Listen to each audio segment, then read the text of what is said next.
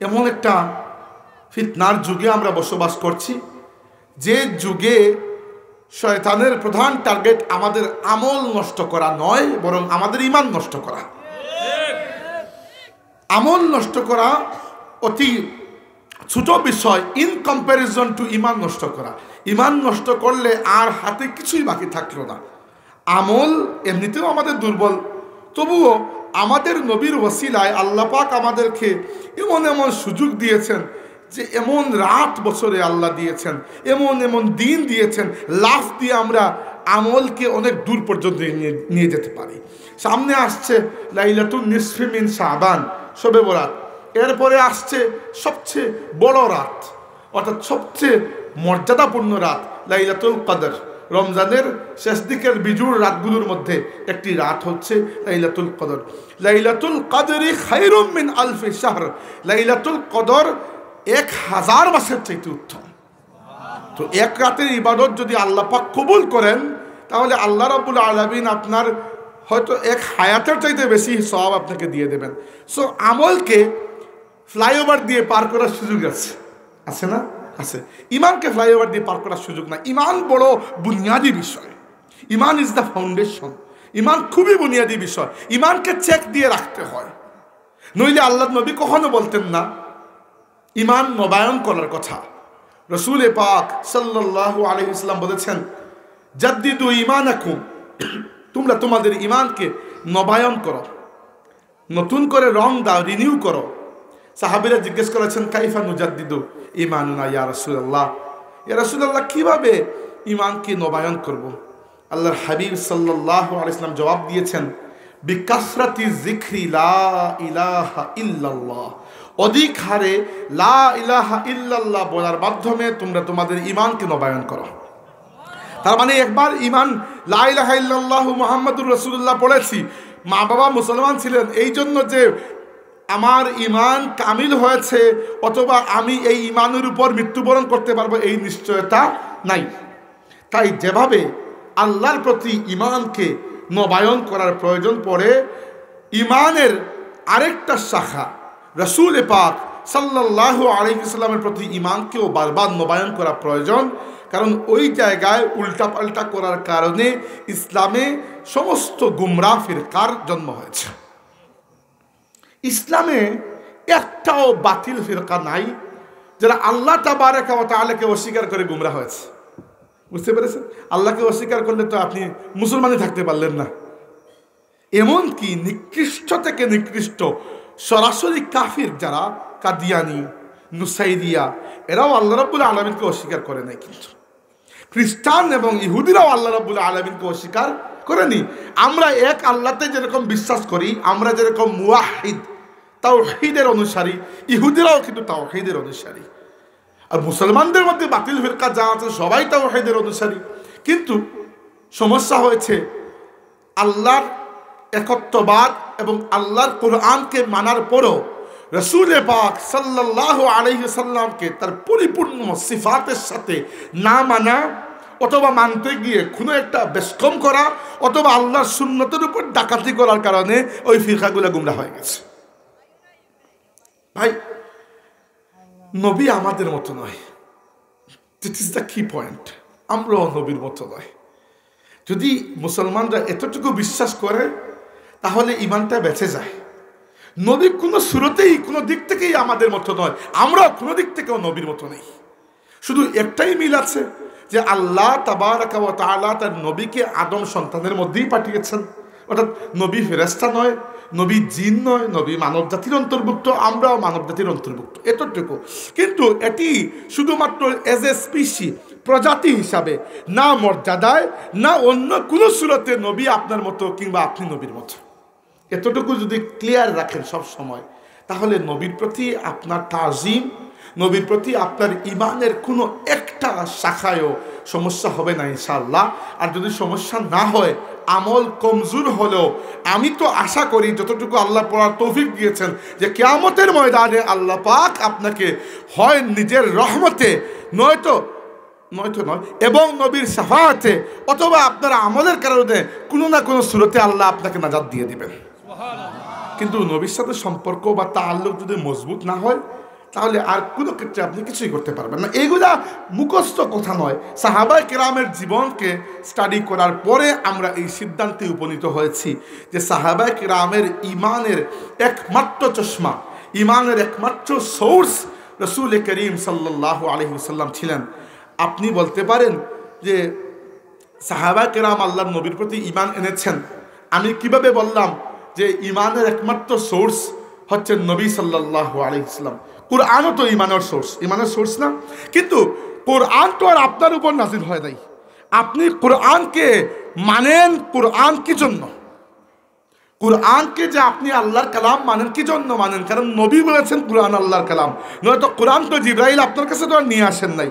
এজন্য ইমানের একমাত্র ইন্ডিপেন্ডেন্ট সোর্স মুহাম্মদুর রাসূলুল্লাহ সাল্লাল্লাহু আলাইহি ওয়াসাল্লামের জাতে গ্রামি, আল্লাহর হাবিবের সাথে আপনার তাআল্লুক, আল্লাহর হাবিবের প্রতি ঈমান, তাজিম, মহব্বত, ইত্তেবা, নুসরাত, এগুলোর মধ্যে আপনার ঈমান নির্ভর করে। এই কয়েকটি পয়েন্ট নিয়ে কিছুটা কথা বলবো। বসে পড়েন, একটা চেয়ার দুনাকে কিছু কথা বলবো। আমার দিকে তাকান, আমি 40-45 মিনিটের মেহমান, আমাকে দেখেন আপাতত। তো যাই হোক, যদি বলছিলাম হাজিরিন, আল্লাহর নবীর প্রতি আমরা ঈমান এনেছি, তাই না? এনেছি তো? ঈমানের কিছু চাহিদা আছে।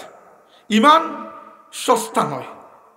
সস্তা যেহেতু নয়, তাইলে রাস্তায় কুড়িও পাবেন না। রাস্তায় বাদাম বিক্রেতার কাছে বাদাম বিক্রি করতে তাকে দেখবেন যে বাদাম বিক্রি করছে। বাদাম খারাপ জিনিস না, আমারও পছন্দ। তো রাস্তায় বাদাম আপনি পেতে পারেন, কিন্তু রাস্তায় নিশ্চয়ই স্বর্ণের চেইন নিয়ে কেউ বসবে না, কারণ এটা দামি। এটার জন্য আলাদা দোকান, আলাদা সেট আপ লাগবে, আলাদা সিকিউরিটি লাগবে। এক্স্যাক্টলি, ঈমান কোনো রাস্তায় কোড়ানো সম্পদ নয় যে আপনি হাঁটার পথে পেয়ে যাবেন। দ্বিতীয়ত, যে সম্পদটা আপনি কম দাম দিয়ে কিনেছেন সেটাকে আপনি যেমনি মনে হয় এমনি রাখতে পারবেন চাইলে, কিন্তু যেটা আপনি খুব দাম দিয়ে কিনেছেন এটাকে যেভাবে ইচ্ছা সেভাবে রাখবেন না।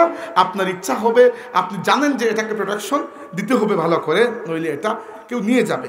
একইভাবে যেহেতু আপনার সবচেয়ে মূল্যবান সম্পদ ঈমান, তাহলে ঈমানকে যেভাবে প্রোটেকশন দিতে হয় সেটার প্রতি খেয়াল রাখা দরকার।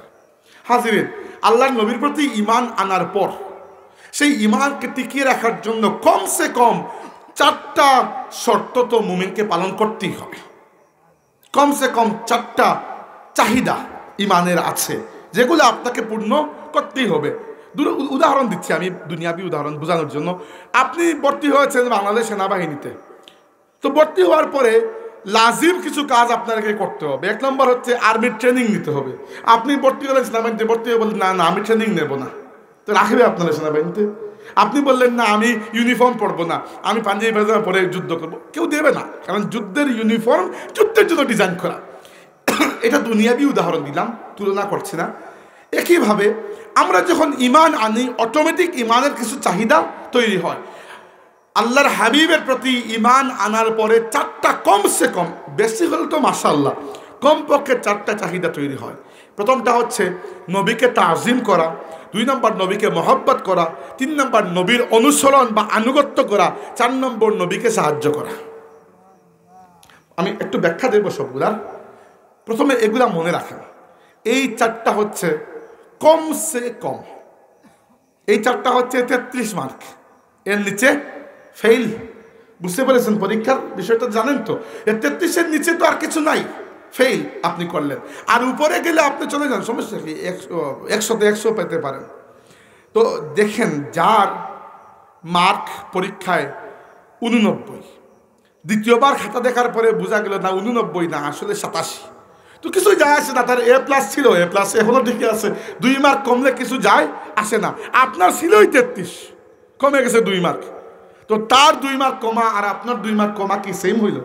আপনি 2 মার্ক কমলে ফেইল, আর সে 2 মার্ক কমলে A+ ছিল, A+ আছে। আল্লাহর নবীর সাথে যে বেসিক মৌলিক সম্পর্কগুলো রাখতে হবে, এর থেকে নিচে নামতে পারবেন না। এর উপরে আপনি আবু বকর সিদ্দিক পর্যন্ত যদি যেতে পারেন যান, আমার তো সমস্যা নেই, আমি তো আটকাবো না, কিন্তু এর নিচে নামতে পারবেন না। এর নিচে নামলে ঈমান হারাম হয়ে যাবে। এটা মুসলমান হিসেবে দায়িত্ব।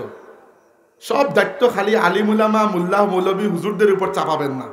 কবরে আমাকে 3টা প্রশ্ন করা হবে, আপনারা যে 2টা করা হবে এমন তো না, ওই সেম প্রশ্নই তো। অতএব পুরো ইসলাম আমাদের কাছে কেন দিয়ে দেন আপনারা? তাই আল্লাহ নবীর সাথে এই 4টা সম্পর্ক বজায় রাখতে হবে। এবার আসুন এগুলো একটু ভিতরে ঢুকি। প্রথমত হচ্ছে তাজিম। কোরআন শরীফে আল্লাহ রাব্বুল আলামিন আমাদেরকে রাসূল করিম সাল্লাল্লাহু আলাইহি ওয়াসাল্লামের তাজিম শিক্ষা দিয়েছেন। কিভাবে? দুই তিনটা উদাহরণ দিলেই বুঝতে পারবেন।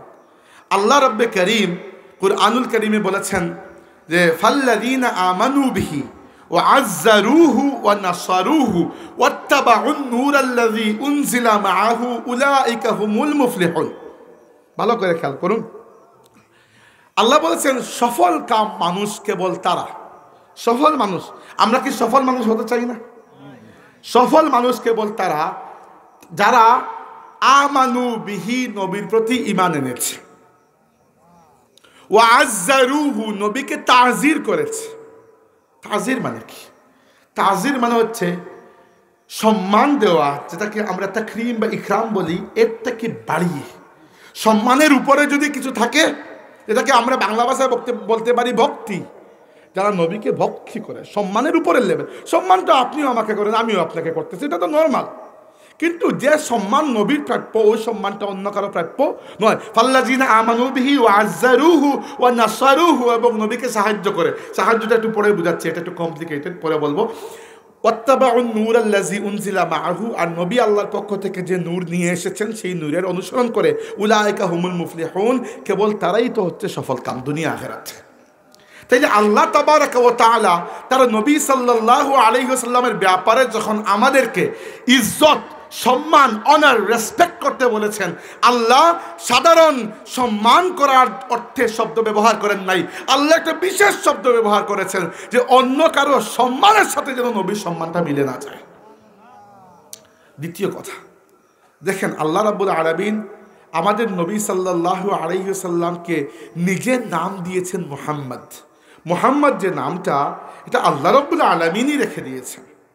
হ্যাঁ, রাসূল সাল্লাল্লাহু আলাইহি ওয়াসাল্লামের দাদা রেখেছেন মুহাম্মদ, কিন্তু উলামায়ে কেরাম আমাদেরকে, উলামায়ে সিয়ার যারা, তারা জানিয়েছেন যে, এবং এটি আমি আমাদের শাইখুনা হযরত মুহাদ্দিস সাহেব রাহমাতুল্লাহি আলাইহির জবানেও শুনেছি, তিনিও বলেছেন যে আল্লাহ বড় শখ করে রাসূল সাল্লাল্লাহু আলাইহি ওয়াসাল্লামকে এই দুটি নাম দিয়েছেন। হ্যাঁ, অন্য মানুষের উসিলায় আল্লাহ নামগুলো দুনিয়াতে বাস্তবায়িত করেছেন, কিন্তু এই নামগুলো মূলত আল্লাহরই পছন্দের। একটা হচ্ছে মুহাম্মদ, একটা আহমদ। আমাদের নবীর নাম হচ্ছে এই দুইটা, বাকিগুলো গুণবাচক নাম। যেমন আল্লাহর নাম একটাই, আল্লাহ, বাকিগুলো আল্লাহর গুণবাচক নাম। আল্লাহর প্রত্যেকটি কাজ থেকে আল্লাহ নিজের জন্য একটি নাম রেখেছেন। আল্লাহ আমাদের উপর দয়া করেন, এজন্য আল্লাহ নিজের দুইটা নাম দিয়েছেন, রাহিম এবং রাহমান। আল্লাহ আমাদেরকে রিজিক দেন, তাই আল্লাহ নিজের নাম রেখেছেন আল রাজ্জাক। আল্লাহ সব কিছুকে সৃষ্টি করেছেন, এজন্য আল্লাহ নিজের নাম রেখেছেন আল খালিক। এভাবে তো রাসূলুল্লাহ সাল্লাল্লাহু আলাইহি ওয়াসাল্লামের বহু সিফাতি নাম আছে, গুণবাচক নাম, যেমন রাহমাতুল্লিল আলামিন, শাফিউল মুজনিবিন, নবিউর রাহমা, নবিউল মালাহিম, আরও অনেক কিছু। এরপরে আরেকটা হাদিসে এসেছে, আল্লাহ নবী বলেছেন আমার 5টা নাম, মুহাম্মদ, আহমদ, মাহি, হাসির, আকিব। এগুলা আল্লাহ নবীর মূল নাম। মুহাম্মদ, আহমদ, এগুলা হচ্ছে তার সত্তাগত নাম, নিজস্ব নাম। 3 নম্বর নাম হচ্ছে মাহি, আল্লাযী ইয়ামহুল কুফর, ইয়ামহুল্লাহু বিহিল কুফর। মাহি হচ্ছে যিনি কুফরকে, কাফির এবং কুফরকে মিটিয়ে দুনিয়াতে ঈমানের আলো প্রজ্বলিত করেন। 3 নম্বর হচ্ছে হাসির। হাসির হচ্ছে যার আশেপাশে মানুষ জমা হবে, কিয়ামতের ময়দানে গেলে এটা দেখতে পারবেন, দুনিয়াতে দেখতে পারবেন না। কিয়ামতের ময়দানে মুমিন কাফির প্রত্যেকেই ভিখারির বেশে আমার নবীর সামনে হাজির হয়ে বলবে, ইয়া রাসূলুল্লাহ ইশফা লানা ইলা রাব্বিক, ইয়া রাসূলুল্লাহ আপনার রবের কাছে আমাদের জন্য সুপারিশ করুন। এটা যেহেতু তিনি হাসির, তার আশেপাশে মানুষ জমা হবে। হাসারা মানে জমা হওয়া। আর শেষটা হচ্ছে তিনি বলেছেন আনাল আকিব আল্লাযী লাইসা বা'দাহু নবী, আমি হচ্ছে আকিব, আর আকিব হচ্ছে যার পরে আর কোনো নবী নাই। হ্যাঁ, নবী মাঝে মাঝে মানুষ দাবি করে, কিন্তু এগুলা মিথ্যা নবুয়তের দাবিদার, বুঝতে পেরেছেন? এগুলা শুরু হয়েছে মুসাইলামা ইবনে হাবিব, এক ব্যক্তি ছিল, তাকে আল্লাহ নবী নাম দিয়েছেন মুসাইলামাতুল কাজ্জাব। তো সে নিজেকে নবী দাবি করেছিল। সে চিন্তা করেছিল যে মুহাম্মদ সাল্লাল্লাহু আলাইহি ওয়াসাল্লাম নবী দাবি করে পুরো আরব বিজয় করে ফেলেছেন, আমি যদি নবী দাবি করে আমিও করে ফেলবো। সে বলেছিল, হে মুহাম্মদ, একটা কাজ করো, নবুয়ত ভাগ করে ফেলো, উত্তর আরব তোমার, পূর্ব আরব তোমার, পশ্চিম আরব আমার। দুঃখিন, উল্টা করে ফেলছি, পূর্ব আরব আমার আর পশ্চিম আরব তোমার, এইভাবে। এবং সে পরে আল্লাহ নবী সাল্লাল্লাহু আলাইহি ওয়াসাল্লাম তো আর এই কথা মানার তো প্রশ্নই আসে না, নাউজুবিল্লাহ। সে পরে নিজেকে নবী দাবি করেছিল এবং বলেছিল জিব্রাইল তার কাছে ওহী নিয়ে আসে, এবং সে নিজে বানিয়ে বানিয়ে কবিতার মতো করে করে এক পারা তার কোরআন সে এক পারা লিখেছে। তার কোরআন নয়, আল্লাহ আল্লাহ মাফ করুক, তার কিতাব, আমি কোরআন মুখ দিয়ে চলে আসছে, আল্লাহ মাফ করুক, তার কিতাব এক পারা লিখেছে। ওই কিতাব কিছু আমি পড়েছিলামও, ওইগুলা পড়তে যাবেন না আবার। ওই কিতাবের মধ্যে একটা সূরা এক্স্যাক্টলি কোরআন শরীফের উপর কপি করেছে সে। একটা সূরা আছে সূরাতুল ফিল, কোরআন শরীফে একটা সূরা আছে না সূরা ফিল, তো সেও একটা সূরা বানিয়েছে সূরাতুল ফিল। আল ফিল মাল ফিল ওয়া মা আদরাকা মাল ফিল লাহু যানবুন ওয়াবিল ওয়া লাহু খারতুমুন তাওয়িল ইন্না যালিকা ফি রাব্বিনা কি আমি ভুলে গেছি, এগুলো মুখস্থ করি নাই, পরে নামাজে মুখ দিয়ে চলে আসলে তো নামাজ বাতিল হয়ে যাবে আমার। তো সে এরকম একটা সূরা বানিয়েছিল সে, সূরাতুদ দিফদা। দিফদা মানে হচ্ছে ব্যাং, ব্যাঙ্গের সূরা। সে বলেছিল আদ-দিফদা ইবনাতু দিফদা আউলাকি ফিল মাই ওয়া আসফালাকি ফিত তিন, হে ব্যাং, ব্যাঙ্গের বাচ্চা রে, তোমার অর্ধেক মাটিতে আর অর্ধেক পানিতে। এগুলো সে সূরা বানিয়েছিল। তো পরে আর টিকতে পারে না, এই খালিদ ইবনে ওয়ালিদ রাদিয়াল্লাহু আনহু তার খেল খতম করে দিয়েছেন ইয়ামামার যুদ্ধে। সে আরও অনেক সূরা বানিয়েছিল, তার একটা সূরা ছিল সূরাতুল কুরাইশ। কোরআন শরীফে একটা সূরা আছে না সূরা কুরাইশ, ইলাফি কুরাইশ, সেও সূরা বানিয়েছে সূরাতুল কুরাইশ। ওই সূরা সে বলেছিল যে লানা নিসফুল আরদি ওয়া লাহু লানা নিসফুল আরদি ওয়া লিকুরাইশিন নিসফুহা ওয়ালাকিন্না কুরাইশুন কওমুন ইয়াতাদুন। সে বলেছিল যে আল্লাহ তো এরকম দিয়েছিলেন যে দুনিয়ার অর্ধেক আমরা শাসন করবো আর অর্ধেক কুরাইশরা করবে, কিন্তু কুরাইশরা আমাদেরকে মেরে সব নিয়ে নিয়ে গেছে। তো এইটা তার দুঃখ। তো যাই হোক, এরকম বেয়াদব কিন্তু পাওয়া যায় এবং এই ধারা চলতে আছে। আল্লাহ নবী বলেছেন লা তাকুমুস সাআ হাত্তা ইয়াখরুজু আদ-দাজ্জালুনা কাযাবুনা করিবুম মিন সালাসিন কুল্লুহুম ইয়াজউমু আন্নাহু রাসূলুল্লাহ। কিয়ামত সংগঠিত হওয়ার আগে কমপক্ষে 30 জনের মতো এরকম বেঈমান দাজ্জাল বের হবে, যারা প্রত্যেকেই নিজেকে আল্লাহর নবী বলে দাবি করবে। যেমন রিসেন্ট নবী আমেরিকার ওয়ালিদ ফার্ড মোহাম্মদ একজন ছিল, খানিক বছর আগে মারা গেছে। আর আমাদের ভারতীয় উপমহাদেশে মির্জা গুলাম আহমদ কাদিয়ানী, আপনারা খালি কাদিয়ানীকে চিনেন, আরও নবীর অভাব নাই দুনিয়াতে, কত নবী বের হয়েছে আবার গড়ে ঢুকে গেছে কি। তো এগুলা কি জন্য? কারণ নবুয়তের যে ইজ্জত সেটাকে তারা বুঝতে পারে নাই। বুঝতে পেরেছে কোন জায়গায় প্রবলেম হয়েছে? মির্জা গুলাম আহমদ কাদিয়ানী কিন্তু রাসূল সাল্লাল্লাহু আলাইহি ওয়াসাল্লামকে অস্বীকার করে নাই। সে কালিমা ওইটা পড়েছিল যেটা আমরা পড়ি, লা ইলাহা ইল্লাল্লাহ মুহাম্মাদুর রাসূলুল্লাহ। সে বলতো আমি উম্মতি নবী। আল্লাহ নবী রাসূল সাল্লাল্লাহু আলাইহি ওয়াসাল্লামকে সে অস্বীকার করে নাই, বিশ্বাস করেছে। এরপরে সে তাকে শেষ নবী বিশ্বাস করে নাই। সে বলছে আমি শেষ নবী, তবে আমি নতুন কোনো শরীয়ত নিয়ে আসি নাই, আমি উম্মতি নবী। সে এটা বলেছে। উম্মতি নবী কি জন্য বলছে? কারণ শরীয়ত যদি সে দাবি করতো যে আমি পুরো ফুল নবী, মানে টোটাল নবী, তাহলে তো শরীয়ত লাগতো। এই শরীয়ত কে বানাবে, এত মেহনত কে করবে বলো এখন আমার? এই জন্য সে বলেছে উম্মতি নবী। তো মুহাদ্দিস সাহেব হুজুর বলেছিলেন ওয়াজে, তাকে একজন জিজ্ঞেস করেছিল যে মির্জা গুলাম আহমদ কাদিয়ানীর ব্যাপারে কেউ বলে তিনি ঈসা ইবনে মরিয়ম, কেউ বলে তিনি জিল্লি নবী, কেউ বলে বুরুজি নবী, কেউ বলে উম্মতি নবী। এইগুলো ঠাট্টা নিজের নিজের নিজের টাইটেল দিছে নিজেরে। পাগল মানুষ ছিল তো একবারে। তো মুহাদ্দিস সাহেব হুজুরকে একজন প্রশ্ন করছেন যে মির্জা গুলাম আহমদ কাদিয়ানীকে একজন বলে জিল্লি নবী, একজন বুরুজি নবী, একজন বলে উম্মতি নবী, আমরা তাকে কি নবী হিসাবে দেখবো? তিনি বলেছেন আমি তাকে মনে করি সে হচ্ছে খামোখা নবী। খামোখা নবী এই জন্য, কারণ নবীর দরকার নেই, তো দরকার নেই, তুমি খামোখা আসছো, এটা তুমি হচ্ছে খামোখা নবী। তো যাই হোক, যেটি দিকে চলে যাচ্ছিলাম অন্যদিকে, আল্লাহ তাবারাকা ওয়া তাআলা এইগুলা এইরকম কিছু নমুনা আমাদের সামনে ফেস করেন যে নবীর সাথে বেয়াদবির ফলাফলে মানুষ দুনিয়া আখিরাতে নিকৃষ্ট প্রাণীতে পরিণত হয়। মুসাইলামাতুল কাযযাব থেকে নিয়ে মির্জা গুলাম আহমদ কাদিয়ানী পর্যন্ত উদাহরণ তো আমাদের সাথে কম নয়। কেন? কারণ তারা মনে করেছিল রাসূল পাক সাল্লাল্লাহু আলাইহি ওয়াসাল্লামকে যে মান মর্তবা মর্যাদা আল্লাহ দিয়েছেন, তারা মনে হয় এখানে ভাগ বসাতে পারবে। তারা এটা মনে করেছিল, এই জন্য তারা নবুয়তের দাবি করেছিল, নইলে করতো না। তো আল্লাহর হাবিবের যে আকাশচুম্বী মর্যাদা আল্লাহ পাক দিয়েছেন, দেখেন কুরআনুল কারীমে আমি যদি বলছিলাম আল্লাহ রাব্বুল আলামিন শখ করে তার নবী সাল্লাল্লাহু আলাইহি ওয়াসাল্লামের নাম রেখেছেন মুহাম্মদ, কিন্তু কোরআন শরীফে নবীকে পরিচয় করানোর ক্ষেত্রে আল্লাহ পাক নাম ধরে অনেক সময় পরিচয় করিয়েছেন। প্রায় 4টি জায়গায় এসেছে। উদাহরণস্বরূপ মুহাম্মাদুর রাসূলুল্লাহ ওয়াল্লাযীনা মাআহু আশিদ্দাউ আলাল কুফফার, আল্লাহ বলে দিয়েছেন যে মুহাম্মদ আল্লাহর রাসূল। আরেকটা আয়াতে এসেছে মা কানা মুহাম্মাদুন আবা আহাদিম মির রিজালিকুম, মুহাম্মদ তোমাদের মধ্যে কোনো পুরুষের পিতা নয়। এটা হচ্ছে তখন যখন থার্ড পারসনে আল্লাহ পরিচয় করিয়েছেন। থার্ড পারসন বুঝেন তো, থার্ড পারসনে পরিচয় করিয়েছেন। কিন্তু সেকেন্ড পারসনে যখন ডাকার প্রয়োজন হয়েছে, আল্লাহ কোরআন শরীফে অন্যান্য নবীদেরকে তো নাম ধরে ডেকেছেন। আপনি খুলে দেখেন, আল্লাহ বলেছেন ইয়া আদম উসকুন আনতা ওয়া যাওজুকাল জান্নাহ, হে আদম তুমি এবং তোমার স্ত্রী জান্নাতে বসবাস করো, নাম ধরেছেন না? ইয়া নূহ ইহবিত বিসালামিন মিন্না ওয়া বারাকাতিন আলাইক, হে নূহ শান্তির সাথে নৌকা থেকে নামো। ইয়া ইব্রাহিম ক্বাদ সাদ্দাকতা রুইয়া, ইব্রাহিম হে ইব্রাহিম ডাক দিয়ে বলেছেন তোমার স্বপ্ন সত্য হয়েছে।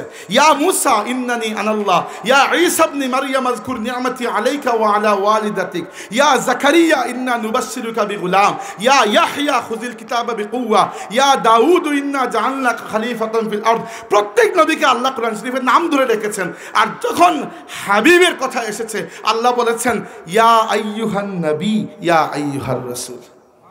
একবার আল্লাহ পাক নাম ধরে ডাকেন না, কি জন্য? আল্লাহর জন্য নবীকে আদব দেখানোর কিছু নাই। আল্লাহ রব, নবী বান্দা। আমাদের আকীদা পরিষ্কার। আর রব্বু রব্বুন ওয়া ইন তানাজ্জাল ওয়াল আবদু আবদুন ওয়া ইন তারাক্কা, বান্দা বান্দাই থাকবেন, তিনি যত তরক্কি করুন। একেবারে তিনি যদি আরশে মুআল্লায় চলে যান, যেভাবে নবী গিয়েছিলেন মেরাজের রাতে, তিনি তো খুদা হয়ে আসেন নাই, তিনি নবী, তিনি বান্দাই ছিলেন। আর আল্লাহ তাবারাকা ওয়া তাআলা তার শান অনুযায়ী আমাদের যত নিকটে চলে আসুন না কেন, আল্লাহ তো আর আমাদের মতো বান্দা হয়ে যাবেন না, আল্লাহ রবই থাকবেন। তো রাসূলুল্লাহ সাল্লাল্লাহু আলাইহি ওয়াসাল্লামকে আল্লাহ এখানে যে আদব দেখাচ্ছেন এমন নয়, বরং আল্লাহ এর মাধ্যমে আমাদেরকে আদব শেখাচ্ছেন যে লা তাজআলু দুআ আর রাসূলি বাইনাকুম কাদুআই বা'দিকুম বা'দা, তোমাদের একের মধ্যে অন্য যেরকম একে অন্যকে ডাকাডাকি করো, বা একজনের ডাককে অন্যজন যেরকম রেসপেক্ট বা রেসপন্স করো, আমার নবীর ডাককে একে অন্যের ডাকের মতো বানাবে না। এই আয়াত নাজিল হওয়ার পর থেকে আব্বাস রাদিয়াল্লাহু আনহু কখনো বলেন নাই হে আমার ভাতিজা, যখন বলেছেন ইয়া আইয়ুহান নবী ইয়া রাসূলুল্লাহ বলেছেন। কখনো আয়েশা সিদ্দিকা রাদিয়াল্লাহু আনহা বলেন নাই হে আমার প্রিয় স্বামী, বা এরকম কিছু। যতবার আমরা হাদিসে পাই বলেছেন ইয়া রাসূলুল্লাহই বলেছেন। তাজিম আল্লাহ পাক তার নবী সাল্লাল্লাহু আলাইহি ওয়াসাল্লামকে সেই মাকাম দিয়েছেন। অন্য নবীরা কোরআন শরীফে, আপনি নবীদের কাহিনী কোরআন শরীফ পড়বেন, কোরআন শরীফের মতো এরকম দিলকে ইমানের নূরে পরিপূর্ণ করে দেওয়ার মতো কোনো কিতাবই নাই। অন্য নবীরা যে সকল কাজ করেছেন, আল্লাহ যেগুলো তাদেরকে শিখিয়ে দিয়েছেন, সেগুলোর রেফারেন্স আল্লাহ দিয়েছেন নবীর নামেই। উদাহরণস্বরূপ আপনি সূরা হুদের মধ্যে পাবেন, আল্লাহ হযরতে নূহ আলাইহিস সালামকে বলেছেন ওয়াসনাউল ফুলকা কুল্লামা মাররা আলাইহি মালাউম মিন কওমিহি সাখিরু মিন ইত্যাদি। তো আল্লাহ বলেছেন নূহ আলাইহিস সালামকে যে ওয়াহিয়া ইলা নূহিন আন্নাহু লান ইউমিনা মিন কওমিকা ইল্লা মান কাদ আমানা ফালা তাবতাইস বিমা কানু ইয়াফআলুন ওয়াসনাইল ফুলকা বিআয়ুনিনা ওয়া ওয়াহিনা ওয়া লা তুখাতিবনি ফিল লাযিনা যালামু ইন্নাহুম মুগরাকুন ওয়া ইয়াসনাউল ফুলকা কুল্লামা মাররা আলাইহি। এই তিনটা আয়াত আল্লাহ কি বলেছেন যে আমি নূহকে বললাম হে নূহ, কাফিরদের সাথে এখন ডিবেট করতে যাও না, এখন একটা নৌকা বানাও। তারা তোমার সাথে যত টিটকারি করুক না কেন, এখন জবাব দেওয়ার দরকার না, একটা নৌকা বানাও। এরপরে আল্লাহ কি বলেছেন ওয়াসনাউল ফুলক, নূহ নিজে নৌকা তৈরি করলেন। নৌকাকে তৈরি করেছেন নূহ আলাইহিস সালাম, কার অর্ডারে? আল্লাহর অর্ডারে, তাই না?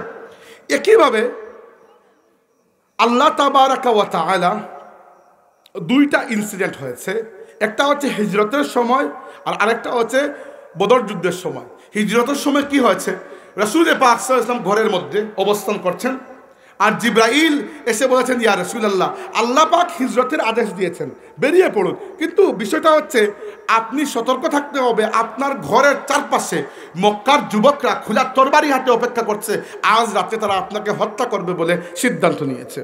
প্রত্যেক গোত্র থেকে একজন যুবক, যেন কোনো একজনের উপর দোষ না পড়ে, তারা ফুল ব্যাটল গিয়ার নিয়ে এসেছে আল্লাহ নবীকে হত্যা করার জন্য। তখন জিব্রাইল বলেছেন ইয়া রাসূলুল্লাহ, আপনি এক মুষ্টি বালি হাতে নিন, ঘরে তো আর টাইলস ছিল না, বালিই তো ছিল, বালি হাতে নিন এবং নিক্ষেপ করুন। মানে একজন মানুষ যদি নিক্ষেপ করে, কোন দিকে নিক্ষেপ করে? সামনের দিকে তো নিক্ষেপ করবে।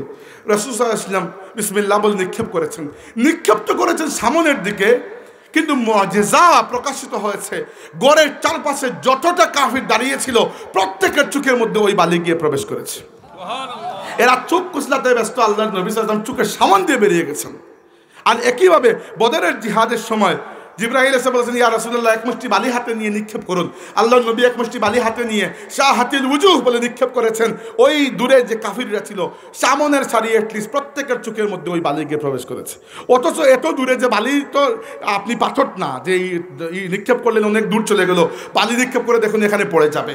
কিন্তু শুধু এখানে পড়ে নাই তা নয়, ওইখানে গেছে, সবার চোখের মধ্যে প্রবেশ করেছে।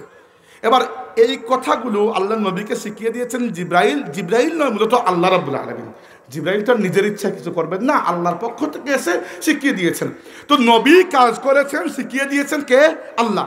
তো কোরআন শরীফে অন্য নবীদের ক্ষেত্রে যখন আল্লাহ কোনো কাজ শিখিয়ে দেন আর নবী করেন, তখন আল্লাহ এটাকে স্পষ্ট করেন যে আমি বলেছি নবী এটা করো, নবী এটা করেছেন। কিন্তু আমাদের নবী সাল্লাল্লাহু আলাইহি ইসলামের প্রটোকল ছিল এরকম, আল্লাহ রাব্বুল আলামিন নবীকে শিখিয়ে দিয়েছেন, নবী কাজটি নিজের হাতে করেছেন। কিন্তু আল্লাহ যখন ওই কাজটিকে উল্লেখ করছেন, আল্লাহ বলেছেন ওয়ামা রামাইতা ইজ রামাইতা ওয়ালাকিন্নাল্লাহ রামা। যখন বালি নিক্ষেপ করেছিলেন, আপনি নিক্ষেপ করেন নাই, আপনার হাত দিয়ে আল্লাহ ওই বালি নিক্ষেপ করেছিলেন। হুদাইবিয়ার সন্ধির সময় সাহাবা কেরাম 1500 সাহাবা আল্লাহর নবী সাল্লাল্লাহু আলাইহি ওয়াসাল্লামের কাছে এসে বললেন, ইয়া রাসূলুল্লাহ, আমাদের ভাই উসমান হত্যার প্রতিশোধ না নিয়ে আমরা মদিনায় ফিরে যাব না। কাহিনী কি হয়েছে? 1500 সাহাবী নিয়ে আল্লাহর নবী 6ষ্ঠ হিজরিতে এসেছেন উমরা করতে। কাফিররা আটকে দিয়েছে হুদাইবিয়া নামক এলাকায়। হুদাইবিয়া মক্কা শরীফ থেকে 500 কিলোমিটার দূরে হবে বা একটু বেশি হবে।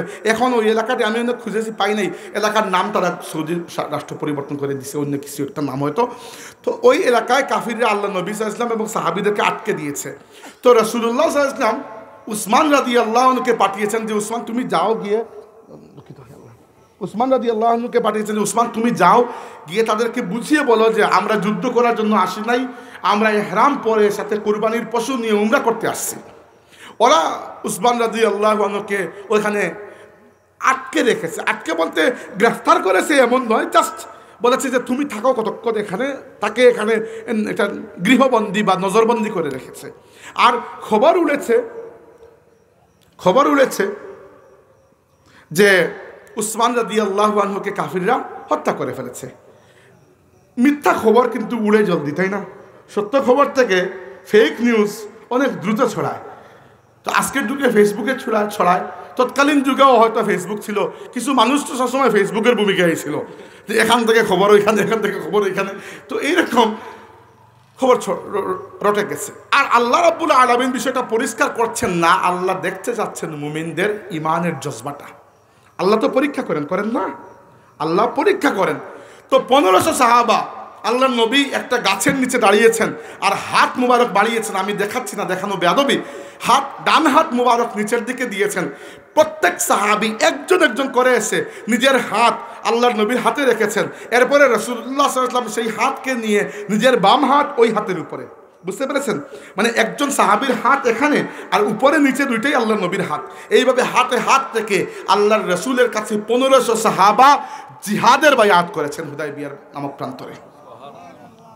এরপরে একটা খবর এসেছে যে হুদাই উসমানকে হত্যা করা হয় নাই, তারা কিছু করে নাই, ছেড়ে দিচ্ছে। তারা ভয় পেয়ে গেছে, ভয় পেয়ে বরং নেগোসিয়েশন করার জন্য প্রস্তুত। কিন্তু ওই যে বায়াত করেছিলেন, আল্লাহর এত পছন্দ হয়েছিল, আল্লাহ বলেছেন لقد رضي الله عن المؤمنين إذ يبايعونك تحت الشجرة فعلم ما في قلوبهم فأنزل السكينة عليهم। হে নবী, ওই যে গাছের নিচে যারা আপনার হাতে হাত থেকে বায়াত করেছিল, আমি আল্লাহ তাদের উপর চির সন্তুষ্ট হয়ে গেছি। আর বায়াত থেকে আল্লাহ এত গুরুত্ব দিয়েছেন। বায়াত সাহাবীরা করেছেন নবীর হাতে, কিন্তু আল্লাহ যখন বলেছেন ইন্নাল্লাযীনা ইউবাইউনাকা ইন্নামা ইউবাইউনাল্লাহ, যারা আপনার হাতে হাত থেকে বায়াত করেছে যেন তারা আল্লাহর হাতে হাত থেকে বায়াত করেছে। এই হচ্ছে আল্লাহর রাসূলের তাজিম, এই হচ্ছে তাজিমের। অনেক বছর আগে যখন আন্তর্জাতিক শানে রিসালত মহাসম্মেলন হয়েছিল 2017 সালে, মানে দ্বিতীয়বার, তখন মিশরের একজন শায়েখ এসেছিলেন, সম্ভবত ইয়াহইয়া আল কিত্তানি। তিনি ওই বিষয়টা একবার বলেছিলেন। বয়ানের মধ্যে ওই আলিয়া মাঠি যে আমার কাছে কোরআন শরীফে আল্লাহর নবীর তাজিমের জন্য, আল্লাহর নবীর শ্রদ্ধা সম্মান বোঝানোর জন্য সবচেয়ে বেস্ট যে উদাহরণ সেটা হচ্ছে এইটা, যে আল্লাহর নবী নিজের হাতে হাত নিয়ে সাহাবীদের বায়াত করেছেন, আর আল্লাহ বলেছেন যারা আপনার হাতে হাত রেখেছে আপনার নয়, এরা যেন আল্লাহর হাতে হাত থেকে বায়াত করেছে। এই হচ্ছে রাসূল সাল্লাল্লাহু আলাইহি ওয়াসাল্লাম মদিনা শরীফে গেছেন, প্রচুর মানুষ, মক্কা শরীফে তো মানুষ ছিল না, তো মানুষ ওখান থেকে কথা বলতেছে, এখান থেকে কথা বলতেছে। তো কেউ যখন নবীকে ডাকতে চাইতেন বলতেন রাইনা ইয়া রাসূলুল্লাহ, ইয়া রাসূলুল্লাহ আমাদের দিকে একটু তাকান, মানে ওই দিকে ফিরে আছেন। তো কখনো বলতেন ইয়া রাসূলুল্লাহ আমি ওই দিকে আপনাকে ডাকছি, একটু তাকান।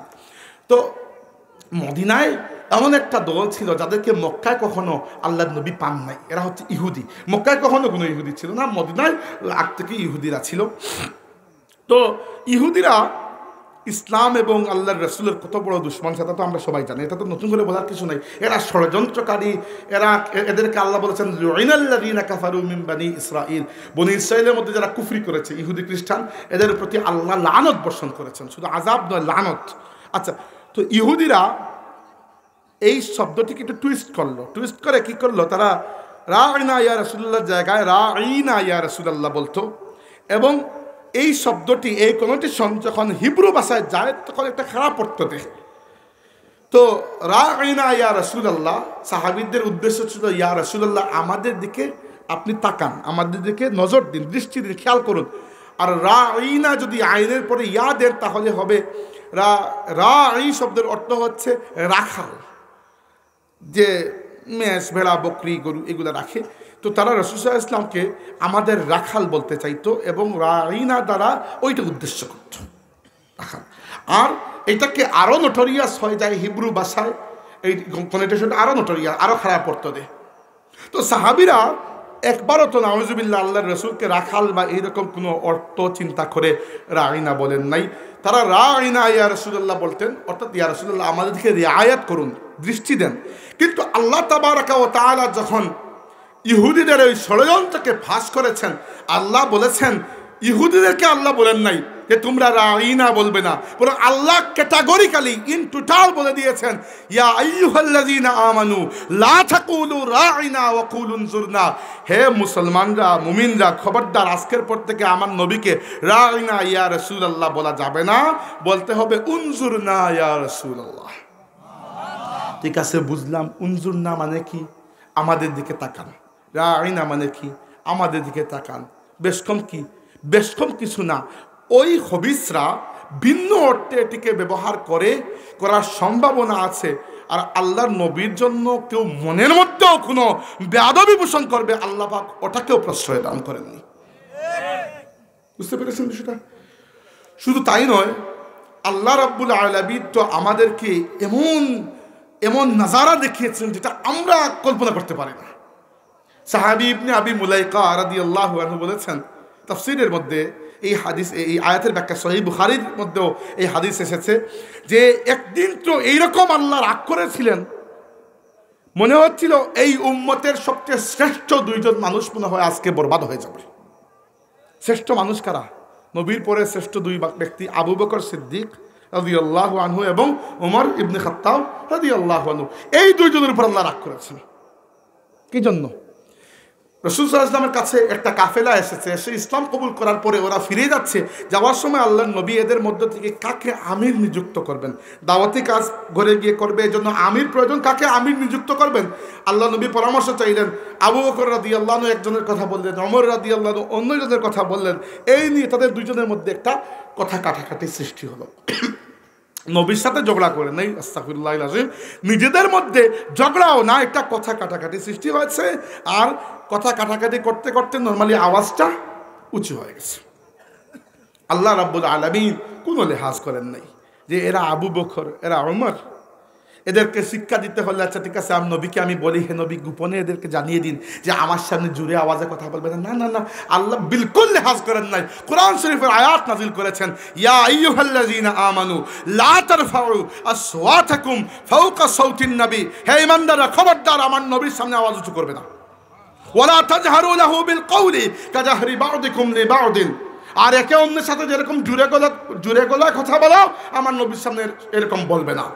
বললে কি হবে? আনতাহবাতু আমালুকুম ওয়া আনতুম লা তাশউরুন, পুরো জীবনের সমস্ত আমল বরবাদ হয়ে যাবে, তোমরা বুঝতে পারবে না।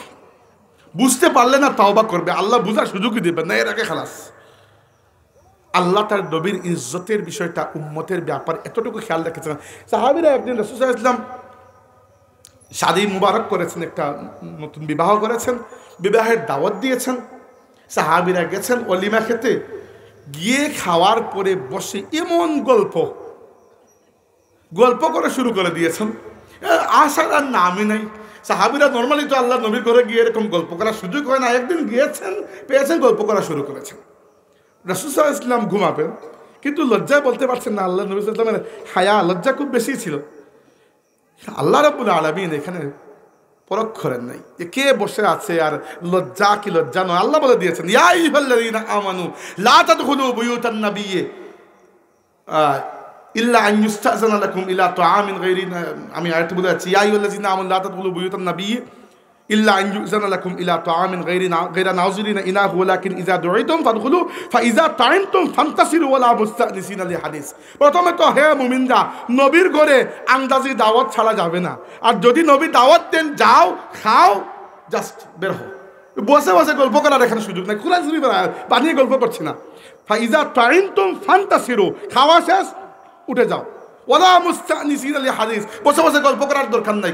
কি জন্য? আল্লাহ ইন্না যালিকুম কানা ইউযিন নবী, এইটা আমার নবীকে কষ্ট দিতে পারে। আল্লাহ তার নবী সাল্লাল্লাহু আলাইহি ওয়াসাল্লামের এতটুকু কষ্টকেও প্রশ্রয় দেননি। এবার উম্মত হিসাবে আমাদের, আমি খালি 4টা বলতে নিয়েছিলাম, একটা বলে চলে গেছে সময়, আর 5 মিনিট শেষ করে ফেলছে।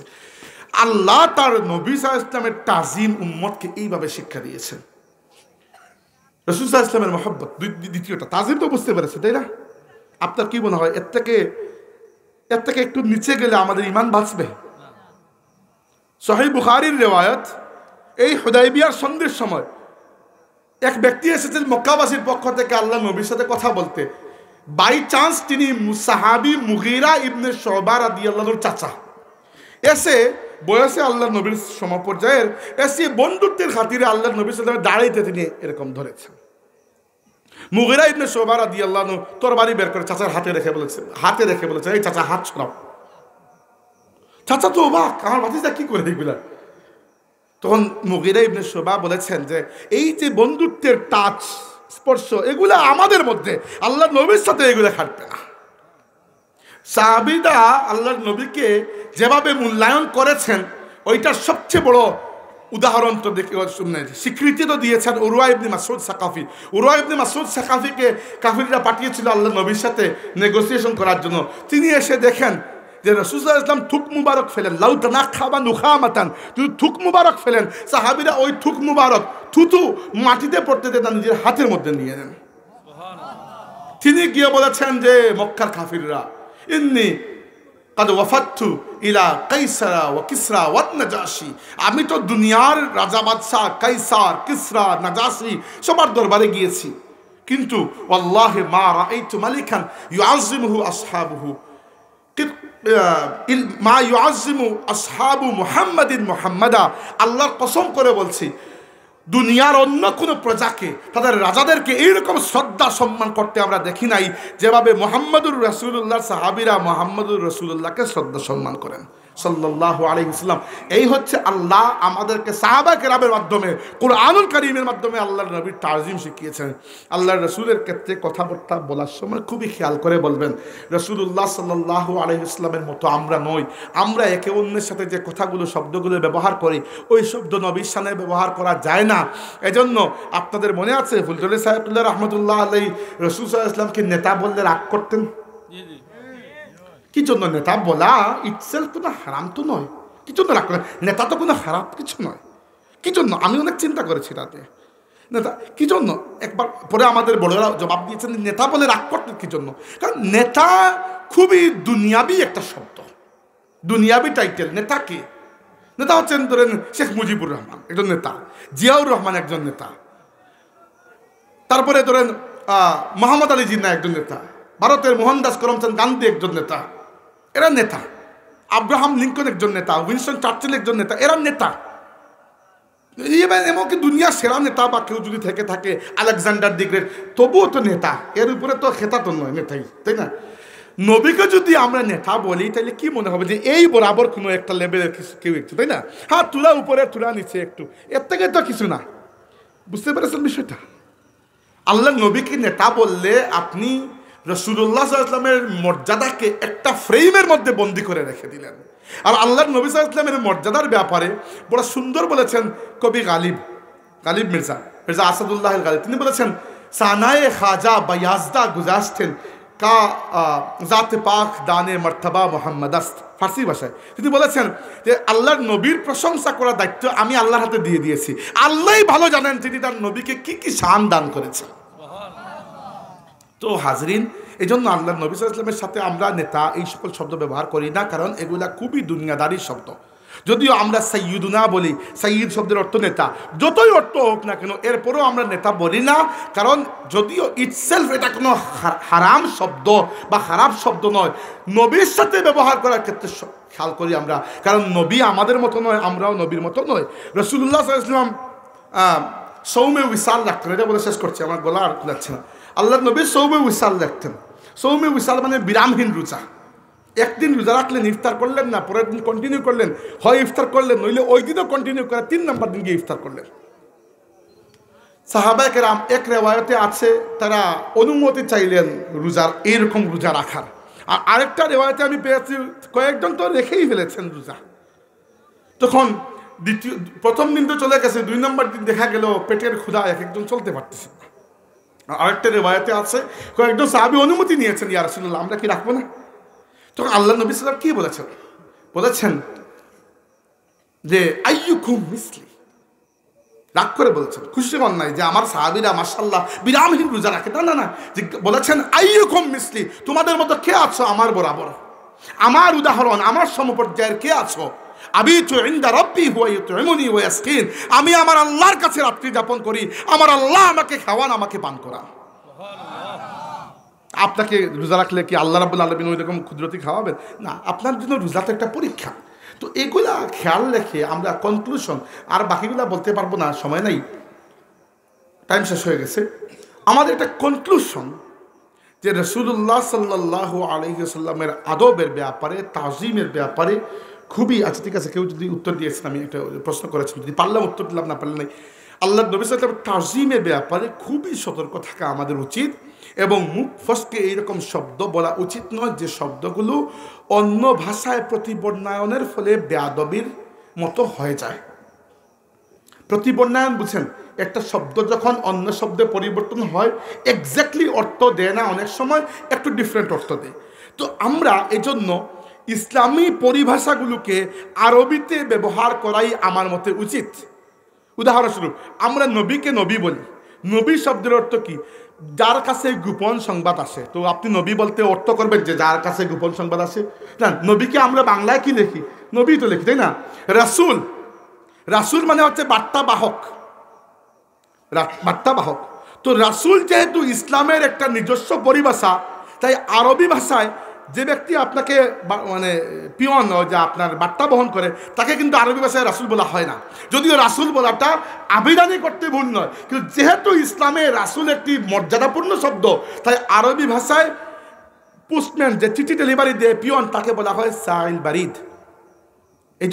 এইভাবে আমরা বলি সিদ্দিক, সিদ্দিকের কোনো বাংলা অর্থ করার দরকার নেই। সিদ্দিক মানে সিদ্দিক, শহীদ মানে শহীদ, তারপরে সালেহ মানে সালেহ, আউলিয়া মানে আউলিয়া। এইভাবে রাসূলুল্লাহ সাল্লাল্লাহু আলাইহি ওয়াসাল্লামের শানে এমন কোনো শব্দ ব্যবহার করা উচিত নয় যে শব্দগুলোর মধ্যে সামান্যতম বেয়াদবির সায়বা এসেছে, নইলে আপনার ঈমান বরবাদ হয়ে যাবে। এমন কোনো কিছু বললেন যেটাতে আল্লাহর রাসূল সাল্লাল্লাহু আলাইহি ওয়াসাল্লাম কষ্ট পেলেন, কি হবে জানেন? ইন্নাল্লাযীনা ইউযুনাল্লাহা ওয়া রাসূলাহু লাআনাহুমুল্লাহু ফিদ দুনিয়া ওয়াল আখিরা। যারা আল্লাহ এবং তার রাসূলকে কষ্ট দেয়। থামেন এখানে। আল্লাহকে আপনি কষ্ট দিয়ে দেখান তো পারবেন? পারবেন না। আউট অফ ইউর রিচ আল্লাহ রাব্বুল আলামিনকে কিছুই করতে পারবেন না। আল্লাহুস সামাদ, আল্লাহ তো বেনিয়াজ, অমুখাপেক্ষী। তো আল্লাহকে কষ্ট দেওয়া মানে হচ্ছে রাসূলকে কষ্ট দেওয়া, মানে আল্লাহকে কষ্ট দেওয়া। মান ইউতিউর রাসূলা ফাকাদ আতা আল্লাহ, যে রাসূলের আনুগত্য করে সে আল্লাহর আনুগত্য করে। এভাবে যে রাসূলকে কষ্ট দেয় সে আল্লাহ তাবারক ওয়া তাআলাকে কষ্ট দেয়। তো এর ফজিলত কি? কষ্ট দিলেন। ফজিলত কি? ফজিলত হচ্ছে লানাহুমুল্লাহু ফিদ দুনিয়া ওয়াল আখিরা, দুনিয়া এবং আখিরাতে এই ব্যক্তির উপর আল্লাহর লানত বর্ষিত হয়। আল্লাহর আযাব আর আল্লাহর লানত এক বিষয় নয়। আযাব বহু ছোট জিনিস, কাউকে আযাব দিলে আল্লাহ পরে মাফও করে দেন, কিন্তু একবার যখন কাউকে আল্লাহ লানত দিয়ে দেন ওই ব্যক্তির জন্য জান্নাত হারাম হয়ে যায়। এই জন্য আল্লাহ বলেছেন ওয়া আ'আদ্দা লাহুম আযাবাম মুহিনা, এইরকম লানত প্রাপ্ত ব্যক্তির জন্য যারা রাসূলকে কষ্ট দেয় তাদের জন্য দুনিয়া এবং আখিরাতে আল্লাহর লানত এবং আখিরাতে তাদের জন্য অনেক লাঞ্ছনাদায়ক, অপমানজনক, যন্ত্রণাদায়ক শাস্তি আল্লাহ প্রস্তুত করে রেখেছেন। আল্লাহর নবীর তাজিম আমাদের দিলের মধ্যে আল্লাহ দান করে আমরা বলি আমিন। এইটা ভাইয়েরা আমার, এটা আমাদের ইমানের সোপান, এটা আমাদের ইমানের উৎস, এটা আমাদের ইমান বাঁচানোর হাতিয়ার, এটা আমাদের ইমানের সুরক্ষা, আমাদের ইমানের তাওয়িজ, আমাদের ইমানের রক্ষা কবচ। আল্লাহর নবীর তাজিম, আল্লাহর নবীর মহব্বত তো বুঝতে পেরেছেন আপনারা, আমি আর ব্যাখ্যা করছি না, বক্তব্য শেষ। আল্লাহর নবীর ইতাআত মানে অনুসরণ।